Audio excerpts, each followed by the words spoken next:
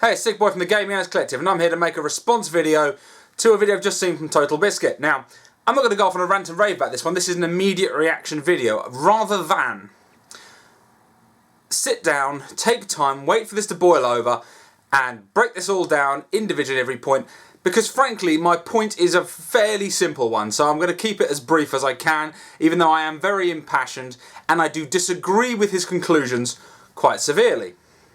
Now, for those of you who haven't seen it, I'll link it in the description field. I suggest go and see it. It is a very interesting, it is a very well put together argument in defence of no used games. It is interesting. He brings up some very interesting points that people should be aware of. That in general, the analogy about other media, it's true, new media does not necessarily fit in these things. It is true that the only revenue stream that developers and publishers have from games are the first point sales and DLC and or passes and the like. These things are true. Okay, the points that he's made, the facts that he presented, I absolutely agree, because they are inalienably, they're fact. They are fact. Where he finds a problem is his inherent bias. Now, I understand where he reveals his inherent bias in the video. He claimed that he worked for Game. Now, if you're in the UK, you know Game, and you know that Game are douchebags. But they're no different to GameStop.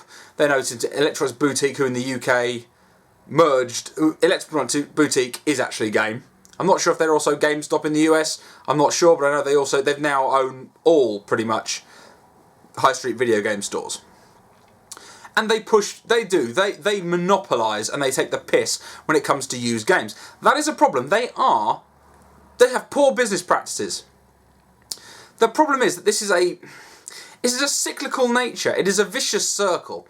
And what you are saying by that, the terribly hard done by publishers and developers need to make money, and the retail side are evil. Now, I agree with you, the retail side are evil as hell. The fact that they will buy a used game for a couple of pounds and then sell it for near full price is damn criminal. It is a criminal bloody activity. It is a shifty and shoddy practice and should be dealt with. However, I don't agree that this should come at the cost of our rights. Now, PC gamers, and a lot of PC gamers keep coming onto this and saying, well, we don't have used games, so why should console gamers? Because people, you're refusing to accept that console gaming and PC gaming are two different things. PC gaming is not a monopoly, even though Steam is a massive situation. Consoles have always, and he even mentioned this in your video, locked down. They lock you down. The only place you can purchase digital content is through them. The only way you can get licenses to get games, to have software to play, has to be licensed through them. The fact that Microsoft, I think they charge something like $40,000, or it might even be $400,000. No, I think it's $40,000 to patch a game on Xbox Live. It's bloody criminal. It is, you know, there is a lot of nuances here, and I think that your inherent bias and your inherent dislike of your old employer has led to you coming up with some erroneous conclusions.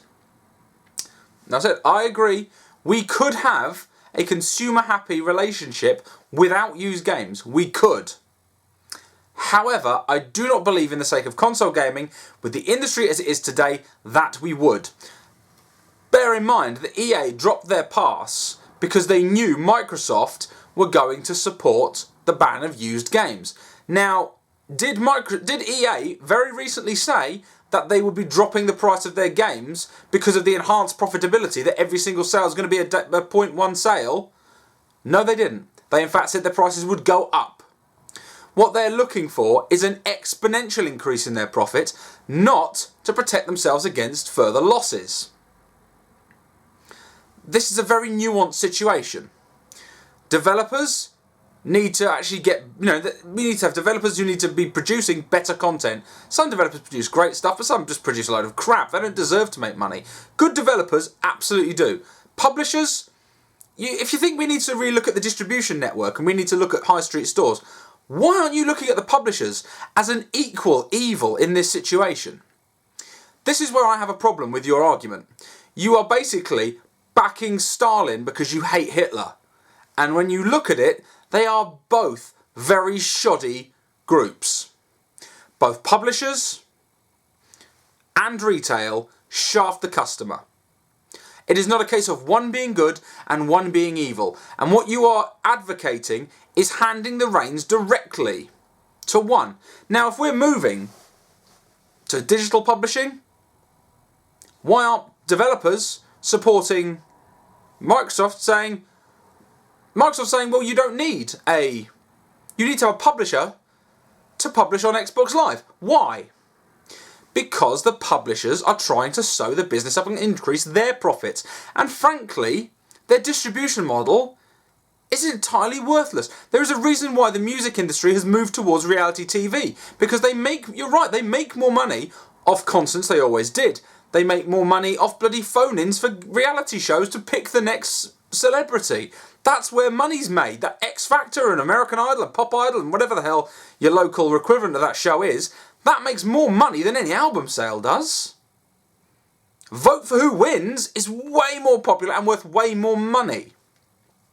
We need to look at the entire business model, and I don't think a sudden jump to say no, all digital or all new sales and that's it, is the way forward. I think what you are doing is, with all good intentions, you are trying to support and see what you think is a better future for the industry, and I applaud you for that, and I have no problem with you looking out for what you think is the best for consumers. However, what you need to consider is that this issue is far more nuanced than you have presented it. And yes, the vehement anti-used game lobby, myself included, goes at it hard. And there's a reason we go at it hard. Because it's two sides. It's one side constantly lambasting the consumer. This is pretty much the only... A reasoned response like yours, in general, was very reasoned and was very sensible. The problem is, it gave too much to people who will take advantage. And if, by and large, everybody ends up agreeing with your perspective on this, we will all end up getting incredibly shafted by the EAs of this world, and Activision, and Capcom. They will all be lining up to shaft us, with the small developers who produce high quality games still not making the money, because the money is in Blockbuster. The money is in Common Denominator. We do need to do what we can to support creative, high quality developers. But do we need to do that by handing the keys to the castle to the publishers and destroying retail? Because I don't think that's the answer. I think you're off base here. I hope you see this. I have nothing against you because, hey, us English guys with neck beards and high foreheads need to stick together because there's precious few of us. We're a dying breed. Actually, that's a lie. There's more and more of us every day. But I digress. I hope you see this, not because I want to leech views off your epic channel, because you are doing so incredibly well for yourself. And I'm a guy who comes home after work and puts these videos in. This is not a business for me in the way it is for you. I hope you see this because I hope you consider that not everybody who is against used game banning is some kind of irrational freak show. You need to raise up. You need to get everyone riled. It is the only way you tend to make positive or negative change. You need to have that. Complacency breeds destruction. And your view, as well thought out as it does, breeds complacency, and it puts trust in those who I do not believe have earned it. They have abused it time and time again, and they can't be allowed to continue to do so. So, TB, I hope you see this. You probably won't, but I wish that you do. And I don't want to make this a big public conversation. You may well never read this because I'm so far below your radar with regards to scale. But you really need to consider this. You really need to look at this from both sides. And I know you're a minority, and I know you're just going to take flack for it, and it's just going to reinforce your opinion, because people are going to attack you left and right. And you don't deserve to be attacked. You are a gamer, as am I, as are the people who are attacking you. You're on our side. We're all on the same side. We all want a thriving and successful video game industry that gives us good entertainment that we pay for with reasonable money. I think we can all agree on that. What we need to do is look at the whole business model and try and promote things that are novel and that work.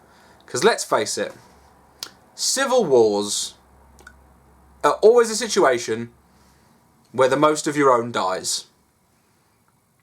And making this a divisive situation when realistically it is the business of gaming versus the love of gaming, both within and without of the industry, that is a problem here.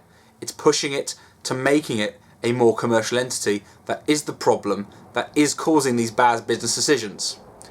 Because funnily enough, the more you put big business into the gaming, the more they make poor business decisions, because they don't seem to realise what sells is a good product at a good price. Not shoddy tricks, not fraud, not abusing the consumer. Anyway, thanks a lot for watching this.